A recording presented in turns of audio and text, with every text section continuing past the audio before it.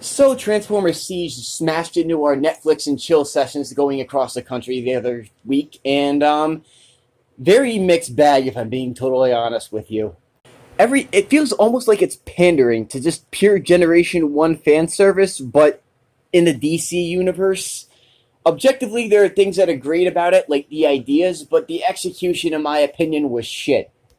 One character who's constantly written like shit, and again was written like shit for this show, is definitely Ultra Magnus. Whenever he's put into a position of power or leadership, he always seems to be there right when the planet's on entire fucking fire.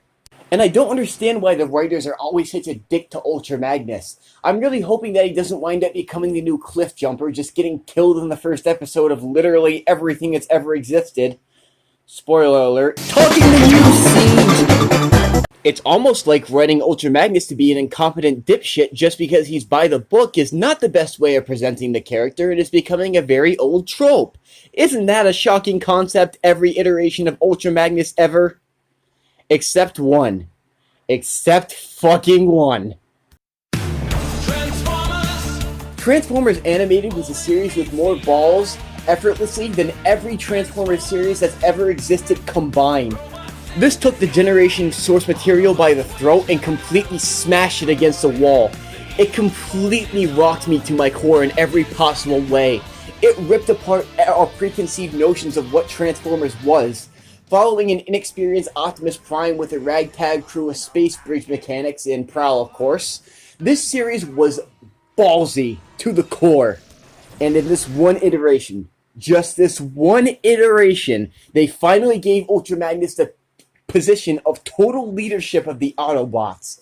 If I could sum up animated Ultra Magnus' entire vibe in a nutshell, it would pretty much look like this.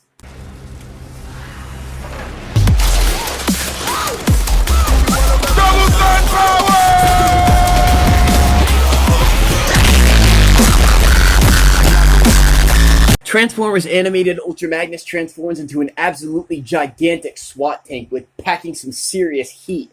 The two gigantic translucent blue guns have licensed sounds in them, but mine don't work on my copy because I got it loose on eBay. It also has smaller guns underneath the hood of the car that fold out effortlessly without intruding on the vehicle mode. This was a time where leader class figures had actual gimmicks minus just being Generation 1 fan service. Sure, some of the figures are great now, but you can't tell me that leader class figures are anywhere close to what they used to be. The silhouette of this vehicle mode is absolutely fantastic.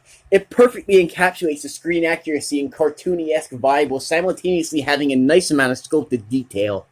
This thing has got some absolutely gigantic wheels on it, and as a result, for a change, being a rolling vehicle that actually rolls. Isn't that amazing? That a vehicle does what it's actually supposed to do? What a shocker.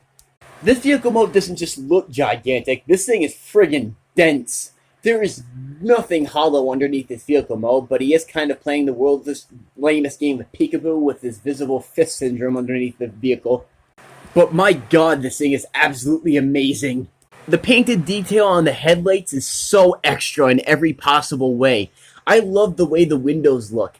I love the extreme patriotism vibe this vehicle mode gives off. This is a perfect rendition of Ultra Magnus as a character. It's very military, by the book, and extremely patriotic. So let's get into his transformation.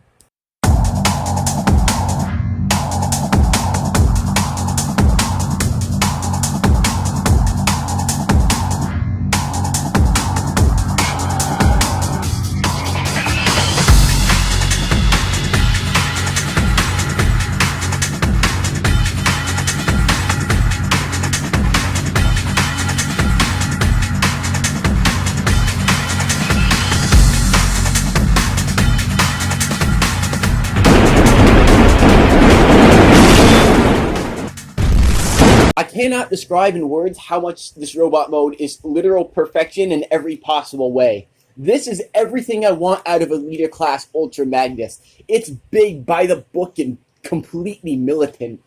From the elite guard symbol proudly painted across his chest to his slightly upright posture that's kind of related to the fact that the ration joints don't have enough stopping points, so he has to lean one way or the other. The head sculpt is borderline perfect, and check this out. If you lift up the head a little bit, it's supposed to have lights and sounds. Again, on my copy, they don't work. But when you lift up the head, the eyebrow raises and tilts diagonally to add different facial expressions on the figure. How is this even possible? How can you do something this awesome? If this thing wasn't spring-loaded, do you have any idea how much awesome this would be to animate with? Although it does kind of look like a Jeff Dunham puppet at the mouth, doesn't it? And check out the idiot-sized hands this guy has. These things are friggin' enormous. On top of that, they give him an actual warhammer that does the size of the figure total and complete justice. Finally! And he can actually hold it, unlike some people, Combiner Wars. One thing he doesn't have as much as Combiner Wars is articulation. His head can look left and right because of the electronics. The guns can move out and back in. The shoulders rotate and move out. Bicep bend and rotation, universal hips, stupid knee bend, and toe tilt. All in all, the articulation on this thing is fairly basic, but given the cartoony, simplistic vibe of this figure, I didn't expect it to have siege levels of articulation on it. I will pay Hasbro literally all of my money if they will make a masterpiece version of animated Ultra Magnus. But my god, this thing just picks up the vibe of the character perfectly. The chunky, gigantic, by-the-book military commander with the amazing Elite Guard symbol painted across the chest, the perfect shade of blue, the gargantuan fists, the unnecessary arrow details on the sides of his arms. Even the hip skirts are amazing looking in the paint scheme. It's glossy and well finished, the details all there. I love the way that the two halves of the vehicle both become the shoulder stacks, even though they can become a bit of a fact to pull up all the way. And the head sculpt. The freaking head sculpt is so perfect, but it looks a little bit big in a certain area. I mean the chin, you perv.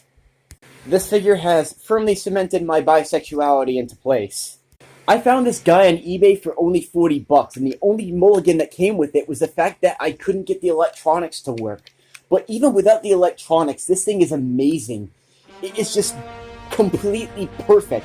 It's my favorite version of my favorite character in my favorite all-time franchise, besides maybe Transformers Prime. It has character and fun.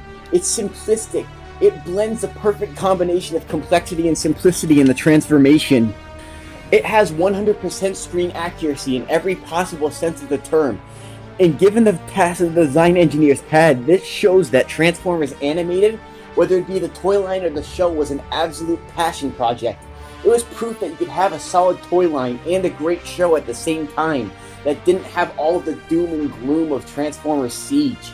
If you can find this thing on eBay for anywhere between $50 to $60, I highly recommend it. I cannot describe the love I have for this figure enough. And after all the quality control problems I've had with Siege figures lately, I just needed a break. As I was reviewing Cog, the entire back butt flap on the thing that kept the mushroom pegs of the thighs in broke off, and as a result, the mushroom pegs are completely exposed now. That's the reason I didn't review Cog this time around, because I'm just so sick of QC problems. I'm really looking forward to getting Fans Project City Commander armor with this Classics version of Ultra Magnus in the future. It just feels right. This has been the Stop Motion Reviewer with my very passionate review on animated Ultra Magnus. Get him, get him, get him immediately. I'll see you in my next review on Siege Cog.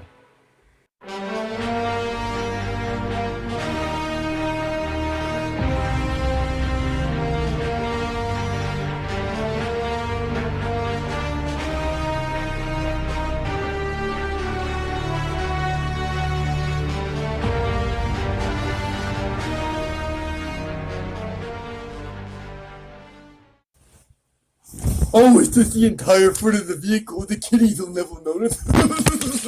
Stop it. Get some help.